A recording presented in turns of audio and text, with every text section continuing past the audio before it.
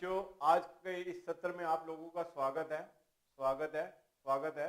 जैसा कि आप लोग सब इतनी मात्रा में यहाँ पर इकट्ठे हुए हैं और आज का जो हमारा टॉपिक है कि how to crack our competitive exam and CBSE. और आज की डेट में हम देखते हैं कि सारे बच्चे अपने इस कार्य को अचीव करने के लिए बड़े ही ज्यादा चिंतित हैं। और हम देखते हैं इस चिंता की वजह से ही ये स्ट्रेस इंडस्ट्री आज इतनी ज्यादा डेवलप हो गई है कि इसमें इतना रेवेन्यू है पूछो मत। और आज से 50-60 साल पहले तक टेंशन के बारे में किसी को बारे में मालूम ही नहीं होता था। और यदि कोई कहता था कि कोई बच्चे को हम किसी साइकियाट्रिस्ट के पास लेके जा रहे हैं तो लगता था कि शायद ये कोई पाप है। लेकिन आजकल हम देखते हैं कि स्कूलों में, हर स्कूल में एक साइकियाट्रिस्ट का होना भी बहुत जरूरी है, इन कार्यक्रम में होना जरूरी है। अब बच्चों, पेपर को क्रैक कैसे किया जाए, ये सबसे बड़ा मेन मुद्दा है। आजकल हम देखते हैं कि बच्चों के ऊपर प्रेशर बहुत है, एक पीयर प्रेशर बहुत है, पेरेंट्स का प्रेशर बहुत है कि बच्चों ने बहुत अच्छा करना है, जिसके कारण से बच्चे आज की डेट में ना तो अपने थॉट्स को अच्छे रख पा रहे हैं, ना अपनी फीलिंग को अच्छा रख पा रहे हैं, ना ही अपने एक्शन को अच्छा रख पा रहे हैं। और यही सबसे बड़े आपके माइंड के रिसोर्सेज हैं। और इस माइंड के रिसोर्सेज को सही यूज ना करने की वजह से उनके हर वक्त दिमाग में एक ड्यूल थिंकिंग सी रहती है, मैं ये करूं या ये करूं, मैं ये करूं या ये करूं, जिसके कारण चिंता दिनों ब दिन बढ़ती जा रही है। और इस समाज में और हर जगह त्राही मची हुई है। और लोग आजकल हम देखते हैं अक्सर इस छोटे से एग्जाम को पास करने के लिए कितने सारे सुसाइडल केस मिलते हैं, सब कुछ मिलता है। अब इसको अच्छा कैसे किया जाए, मैं आपको एक एग्जांपल देता हूं। मुझे एक पेरेंट्स ने बुलाया और मुझे उन पेरेंट्स ने कहा कि हमारा बच्चा जो है ना, पढ़ाई में कंसंट्रेट सही तरह से कर नहीं पाता। मैं गया उन पेरेंट्स के यहाँ, तो बच्चा टीवी देख रहा था और टीवी देखते हुए अपना खाना खा रहा था और दूध भी पी रहा था। तो उसके ऊपर प्लेट के ऊपर 2-3 रोटी पड़ी थी। मैंने बच्चे को कहा, हेलो बेटा, कैसे हो आप? तो अपना टीवी में बिल्कुल ध्यान मस्त, बिल्कुल इतना ध्यान कि बस पूछो ही मत। और उसके बाद मैंने एक रोटी उठा के उसको साइड पे कर दिया और फिर उसके बाद वो रोटी ढूंढ रहा था, फिर भी अपना टीवी के अंदर मस्त। तो मैंने उनके पेरेंट्स से बात की। मैं कहा, सर आप तो कह रहे थे कि ये बच्चे का ध्यान नहीं है, इसकी कंसंट्रेशन इतनी ज्यादा है कि हमारे आसपास में किसी की भी ज्यादा नहीं हो सकती। तो आप लोग अक्सर सुनते होंगे कि मम्मी कहती है बच्चे को, बेटा पेपर बड़े ध्यान से करना। पापा कहते हैं अपनी बेटी को कि आप अपना ध्यान रखना बेटा बड़े अच्छे से। बॉस कहता है कि अपना कार्य जो भी करना बड़े ध्यान से करना।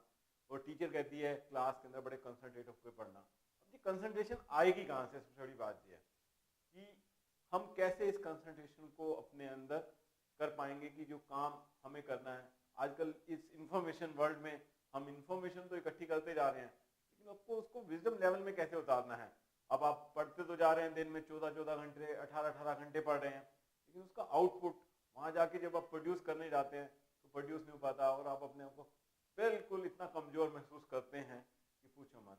तो सबसे पहली बात तो आप लोगों ने बच्चों याद रखनी है, कभी भी आपने गिल्ट फीलिंग नहीं लानी।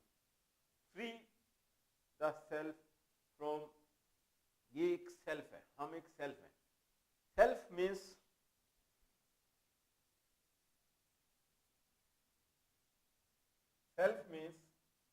Spiritual energy in light form.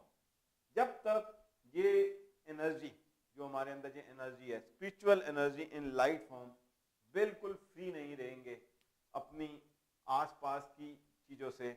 और एक चीज और आप बच्चों ने याद रखनी है कि एक मिस्टर झाल से आजकल आपने दूर रहना है। झाल का मतलब J means jealousy, H means hate, A means anger और एल मीन्स लेग पुलिंग। इन चारों चीजों से आपने दूर रहना है और अपने आप को इतना फ्री रखना है, गिल्ट फीलिंग से दूर रखना है। और आप देखोगे कि आपका एग्जाम अपने आप ही बड़ा अच्छा सा होगा। अब कैसे अच्छा करना है उसके बारे में हम धीरे धीरे आप लोगों के साथ डिस्कस करते हैं। देखो बच्चों, इस दुनिया के अंदर जितने भी स्कूल्स बने हैं वो सब टेक्निकली नॉलेज देते हैं आपको। और कोई भी स्कूल या कोई भी संसार में ऐसा कॉलेज नहीं है जो हमें ये सिखाता हो कि आपने अपनी रिस्पॉन्सिबिलिटी कैसे निभानी है, आपने अपना रोल कैसे निभाना है, और आपके अंदर जो रिसोर्सेज हैं उन रिसोर्सेज का यूज कैसे करना है, इस बारे में हमें कहीं भी नहीं बताया जाता। और अपने रिलेशंस को कैसे अच्छा रखना है, ये जो 4 आ रहे हैं वो कहीं नहीं सिखाए जाते। तो अब सबसे बड़ी बात यह कि रिसोर्स एक माइंड पावर है हमारे अंदर, और उस माइंड पावर का हम यदि इस्तेमाल करें तो हम कुछ भी अचीव कर सकते हैं। तो आप जो भी कुछ सीखेंगे, जो भी कुछ करेंगे, जो भी इंफॉर्मेशन लेते हैं, और जब तक आप उस इंफॉर्मेशन को अपने विजडम लेवल तक नहीं ले जाएंगे तब तक आप उसका इस्तेमाल नहीं कर सकते। तो आजकल जो भी आप टॉपिक पढ़ते हैं तो सबसे पहली बात तो यह है कि उसको आपने छोटे छोटे इंटरवल के अंदर करना है, बड़े बड़े इंटरवल के अंदर नहीं करना। छोटी छोटी प्लानिंग बनानी है 10-10 मिनट की कि मैं नेक्स्ट 10 मिनट्स में ये करूंगा। और ड्यूल थिंकिंग में नहीं जाना बिल्कुल भी कि 3-3 थॉट्स चल रहे हैं, मैं ये करूं या ये करूं, अल्टीमेटली कुछ नहीं कर पाते। और आप लोग एक सोच के 10 मिनट के लिए उस काम पर टोटली आपने कंसंट्रेट करना है। अब बच्चा ये सोचता है ये कंसंट्रेशन है क्या चीज। देखो बच्चों, कंसंट्रेशन ये नहीं है कि ये कोई मंजिल है जिसको आप पालोगे। तो ये तो एक निरंतर यात्रा है जिसको आपने अचीव करना है। चलते फिरते हर वक्त आपने प्रेजेंट के अंदर रहना है, तभी आप अचीव कर सकते हो, अदरवाइज नहीं। और जहाँ पर भी आप पढ़ते हो वहाँ पर आपने एक बात का ख्याल रखना है कि आसपास के कमरे की सब लाइटें बंद हों, और एक जिस जगह आप बैठे हो वही हो, और आपने जो भी कुछ करना है बोल बोल कर करना है, बहुत अच्छी तरह करना है, ताकि आप अच्छे से अच्छा कर सकें।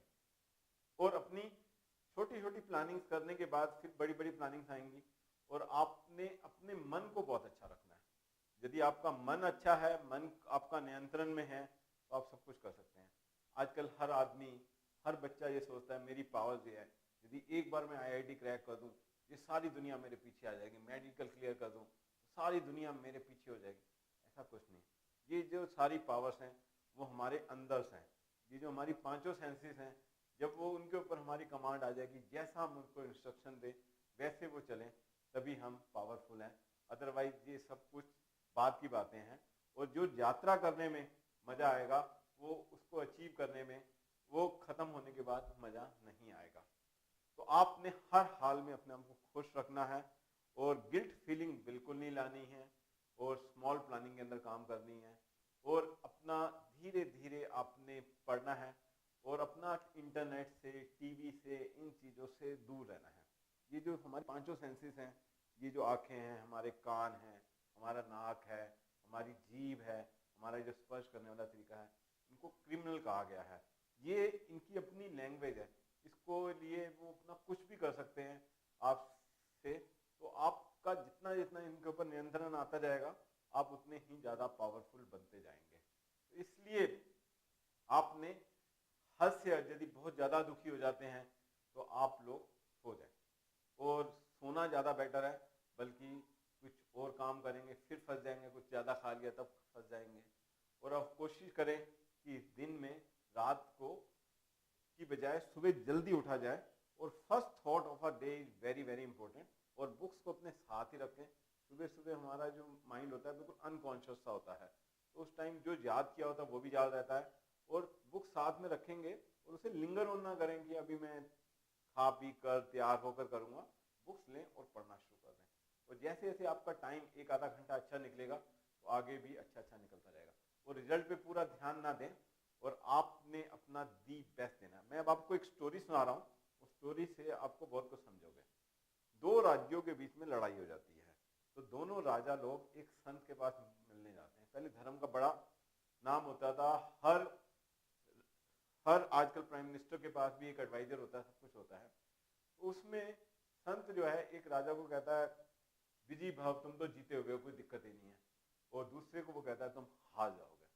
तो जिसको वो कहता है तुम हार जाओगे, वो अपना ध्यान बहुत ज़्यादा लगा के अपनी सेना की तैयारियां करता है, और रोज प्रैक्टिस करता है कि जी मैंने हारना नहीं है, इस युद्ध को तो मैंने जीतना है।